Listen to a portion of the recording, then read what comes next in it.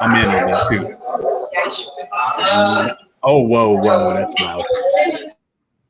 That's pretty loud. Let's give him a second. Now we're rolling. Damage Plan MMA podcast. I muted Eric because he's got a lot of background noise. Jason, my co-host, the voice of MMA in Utah, Mr. Zack Partridge. What's up, sir? I'm excited to get into these fighter spotlights for the July 31st Steel Fist card, bro. Yes. We got quite the full day here. I'm going to mute Eric for just a second while we talk because there's a lot of background noise. I don't know if he can hear us or not. So first up on the podcast today, Eric's walking through the hotel in Las Vegas, enjoying some family time. Scenery. We have quite a full day of podcast today. No fights to break down this weekend. Just bring all the local fighters on. Eric, can you hear us now? Eric, can you hear us? Yeah, I can hear you. Sweet. All right. That doesn't sound too bad. That's good. Yeah, there we go. Not much lag on this one now. Cool. Eric, how's training going? How's Vegas? It's good. Hot. I trained over at Extreme Pretoria. Oh, nice. Got some training in with a couple of UFC fighters, so that was good. Who'd you get some training in with? Hang on, let me go back in the building with better reception. Okay, sounds good. Hey, while Eric's walking back into never mind. We'll wait till the next podcast. Okay, you good? Yeah. All right. I'll just chill here in the building. Yeah, there you go. Now it's good. So who did you get to train with down there at Extreme Couture? The faces look familiar. I just couldn't remember everybody. I tried to get some sparring in with Ngannou, but he had kind of like his own little group with him. He wasn't ready for the smoke. And Misha Tate, she showed up a little bit later. But what was the one kid's name that I rolled with? I'm drawing a blank. Oh, Jake Shields. Oh, Jake. Yeah, that's right. Jake Shields has been down there training with those guys. He's good. Yeah, so I realized after rolling with him, my jits game needs more work. So that's for sure. So Eric, you're back in the cage July 31st. And if I'm not mistaken, you and Marco were scheduled to fight before previously, right?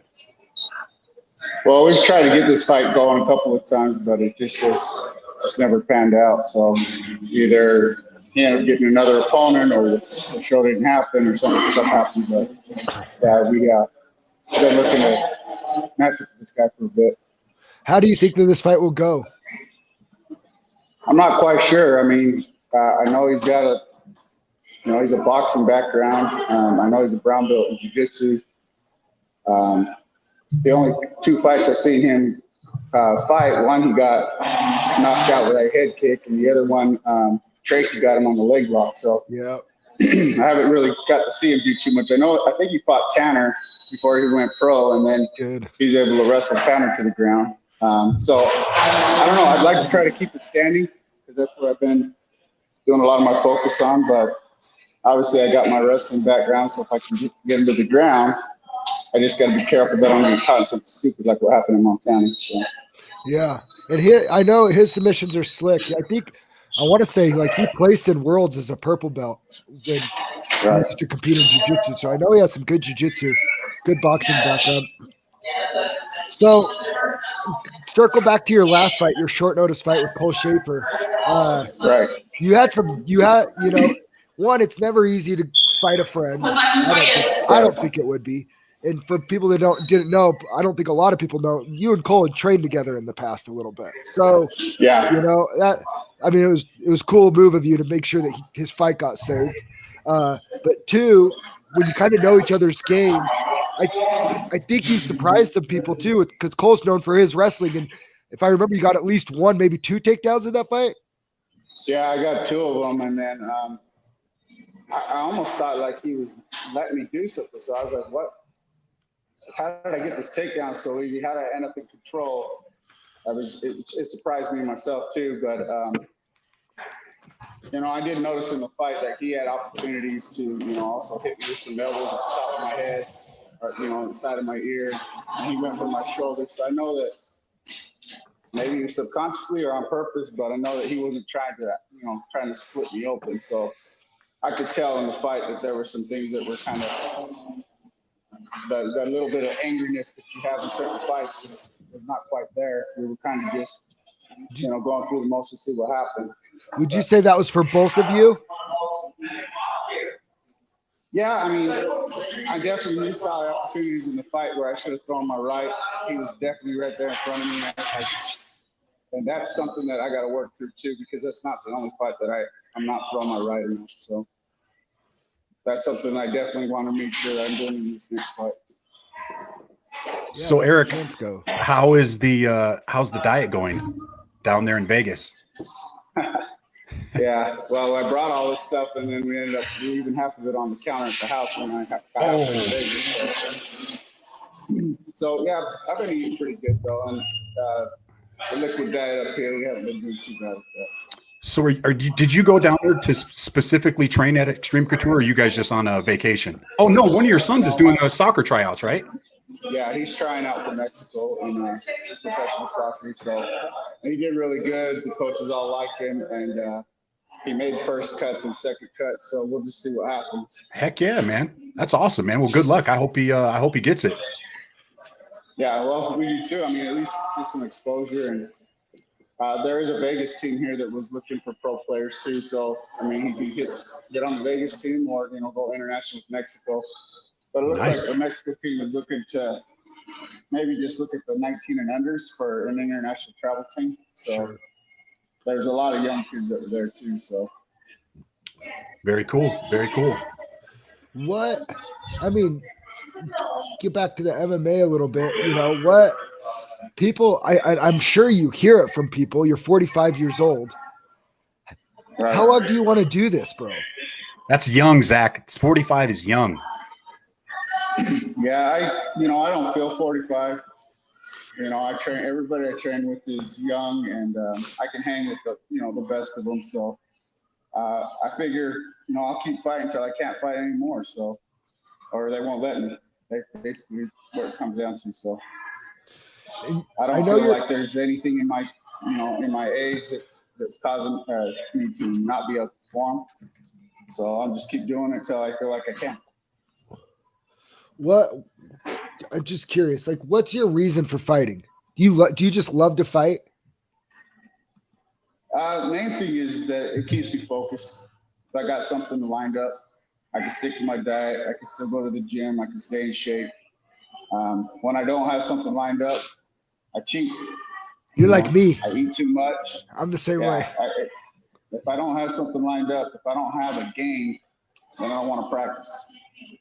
You got to have that goal. You got to have something to reach out for. Exactly. I've retired from this thing like 3 times already. And as soon as I retired, I ballooned right up. I was like, this guy, I can't do this. I got to keep fighting until I die. Yeah. You'd be like 62 years old. Still in there just calling out young bucks. Okay. And then, when the time comes, if I do end up stopping, my motivation will be to, support Jordan, support my other kids that are competing, and then just kind of take on a coach role. Yeah. Hey, man, Jordan had a good fight in his last fight. I was going to say, shout out to Jordan, man. You could see the improvements that he's made from his last couple of fights. He looked good. Yeah. I know that he should have finished that fight a lot earlier, but, and I don't know if it was an inside thing between him and Brandon to make it go a little bit longer, or he had a little bit of respect for Brandon because Brandon put up his first towards my ex-wife, Jordan's stepmom. Oh, yeah. For her cancer and stuff like that. So I think Jordan did take it a little bit easier. He did say he wanted to show that he could, stretch it out, show some skills, do the things that I told him, that's fine that you want to do that, but it's still a fight. And in the end of it, you can get clipped, you can get caught at any time, and no matter how much confidence you have in beating that guy can still catch you. And he did get caught that's a dangerous mindset to go into a fight with. Very dangerous. So, and then he ends up, you know, he hurt his hand pretty bad in that fight, and that probably shouldn't have happened if they'd just gone in there and taken care of business. So yeah, I think he has a stress fracture in his left hand, even though most of his punches came from his right. I don't know. He must have caught an elbow or something. But I think everybody knows it now. Like Cole Faust broke his hand. Like in his last fight, he broke his hand, and everybody thought it was from the knockout. No, he broke actually his left hand, or he broke his left hand on the very first punch of the fight, and then just was working through it the whole time. Yeah, and I don't know when he hurt his hand, but I know that after it was done, it was his left hand too, and it was, I think, towards his thumb area of the hand. So, you know, sometimes when you're wearing MMA gloves and you go to throw those punches, sometimes you don't have your hand turned all the way, and you catch a lot of thumb. Yeah. I end up thinking, you know, when I fought that guy in Colorado, I thought my thumb was broke the whole time, and I got X-rays and it said it's not broke. But didn't mean it didn't feel like it was. All right. That's good. So I'm sorry, Eric, I'm going through kind of looking through it. Some tough questions. So you're on a bit of a losing streak, and what are you doing in these fight camps to just kind of right those wrongs? Like you said, like the arm bar was kind of just a silly mistake. Like I've rolled with you. I know you know better than that, but it happened. Crazy stuff happens in those cages. Right. I think the thing is that it's nothing that has to do with my training. My training is good. Everything we're doing in training is right. When I do everything that I'm supposed to do in training, you know, if I was to take that and put it in the fight like it's supposed to be, I'd win my fights. But the thing is, I get into the fights and I'm not doing what I'm supposed to do like I do in training. And so that's something that I got to deal with. It's either a mental block, something that's causing me not to pull the trigger. So, and I know that as soon as the fight's over with, I realize it's like, man, I could have done more. I should have done this. I should have done that. I could literally see them in front of me and I didn't fire up. And so in training, they're putting it on me. I mean, we're doing 7 to 10 5-minute rounds, shark tanks, you know, and it's brutal. And even though you feel like you're going to die, they don't stop coming at you. They just keep coming at you. They're pushing you to make sure that you push back. Yeah. And when I trained at Extreme yesterday, it was 7 5-minute rounds with pro UFC fighters. You know what I mean? And so I feel that I can hang with anybody, but at the same time, it doesn't matter what I do in practice if I don't do it when I get in the cage. So that's my main thing. I don't think I'm lacking anything. I'm just lacking doing it in the cage. Did you ever watch old seasons of The Ultimate Fighter, Eric? Did you ever watch The Ultimate Fighter? You broke up. Do you ever watch old seasons of The Ultimate Fighter? No, I mean, every once in a while, I'll have some clips that pop up on Facebook or something. So Chael Sonnen, in his season that he did against John Jones, he talked about he kept getting caught in submission in like the 4th minute of the 2nd round and losing fights that he was winning that way. And then he said he realized it was a mental block, and it's something mental that was doing it. And he said the first thing to overcoming that was admitting that he had a problem and a mental block. And then he actually got with a sports psychologist to help him work through that. And then that's when his career kind of took off. Right.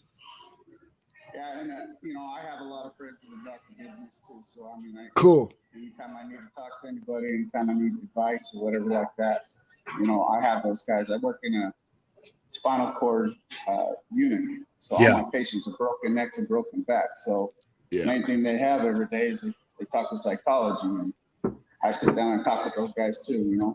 We all have That's things that we got to work through, and it's just a matter of being man enough to admit that, hey, sometimes things bother you, and sometimes you got to work through them, and sometimes you need an outside opinion.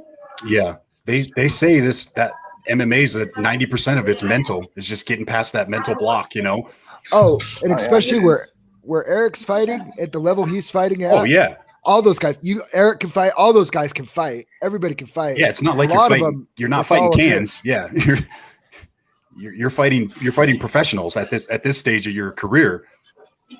Yeah. Heck yeah. Well, Eric, do you have any sponsors you want to give a shout out to before we let you get out of here? What's that? Do you have any sponsors you want to give a shout out to before we let you go? Well, Zack, I mean, he's one of my sponsors. He helps I me got with you. my insurance. And, He's an all right guy. Yeah, I got you. And I try to send him whenever anybody's looking for insurance, I have him hit him up just to see if you can give him a better deal. If you typically can. You and Cassie are great at that. I appreciate y'all. Hey, he saved me money. I'm not gonna lie. But typically, there's a lot more people out there that need it than you know. You know what I mean? It's just a matter Yep. of getting it to the right people. So, and then of course, Jason, you're helping me out with the meal plan. Me and Cassie on our meal plans and stuff like that. So, my other sponsors basically is. I used to have a tattoo sponsor, and he started tatting me up again. So I'll hit him up again. But his name is Mackenzie. He's out at Golden Spike. Golden Spike. On my left knee, and he just did Cassie's tattoo. So on your left knee, you have your left knee. You have your left knee done. Oh yeah, it was good. Like, I don't recommend it. Ooh, Don't recommend it. Ooh, I don't have. I only have one on my leg, and I can't even imagine that knee. Ooh, the kneecap can't feel good. Yeah, and then you have to keep it flexed too. You got to keep it bent so that he can tattoo the skin while it's tight. And it just felt like a hot knife and a razor blade just going to town. It was not fun. That's a hard pass for me, dog.